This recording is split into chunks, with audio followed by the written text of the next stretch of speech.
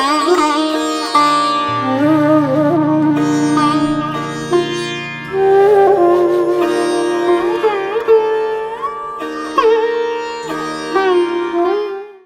संतोषे सब नहीं के जहतः देही आशीष, सकल तनय चिर जीव हूँ तुलसीदास के ईस। 196 दोहे में तुलसीदास जी कहते हैं राजा ने सबके मन को संतुष्ट किया, इसी से सब लोग जहाँ तहाँ आशीर्वाद दे रहे थे।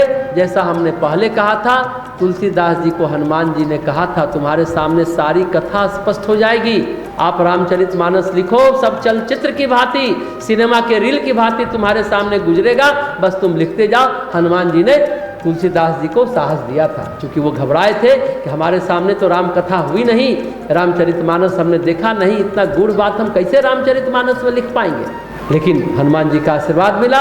तुलसीदास जी अपने ध्यान नेत्रों से अयोध्या में यह घटना घटते देख रहे थे और घटना के भागीदार भी हैं। वो तुलसीदास जी उस घटना के भागीदार भी हैं। कैकेयी के एक पुत्र हुए, सुमित्रा के 2 पुत्र हुए और कौशल्या के 1 पुत्र मिलाकर 4 पुत्र हो गए। वातावरण में प्रसन्नता है, हंसी खुशी का माहौल है। तुलसीदास जी के स्वामी सब पुत्र यानी चारों राजकुमार चिरंजीवी हों, सभी दीर्घायु हों, इस तरह से सभी लोगों ने कहा। राजा ने सबको दान दिया, जिसने पाया उसने भी अपने पास नहीं रखा, उसने भी दूसरों को दिया।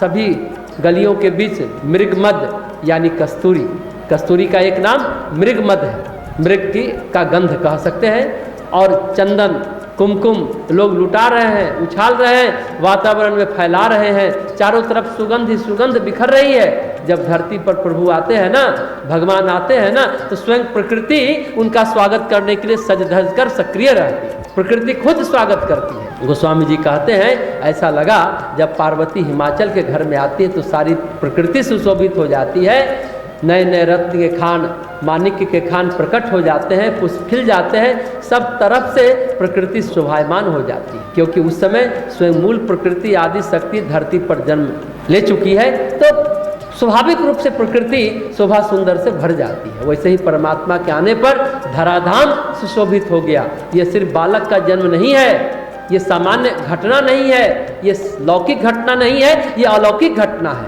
एक कथा यहाँ सुनना चाहेंगे, सब लोगों को ये बात जानना चाहिए। एक ऋषि थे अचिता।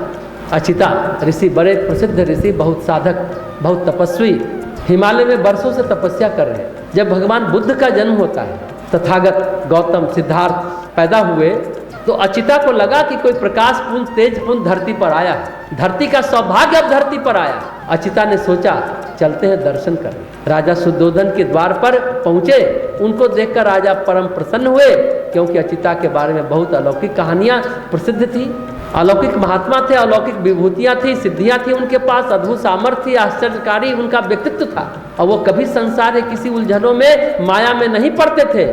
अचिता के दर्शन के लिए लोग ललायित रहते थे, चर्चाएं होती थी कि मेरे बाबा ने देखा था, तो मेरे परबाबा ने देखा था, उसके बाद किसी ने नहीं देखा। लेकिन वही अचिता शुद्धोधन के द्वार पर खड़े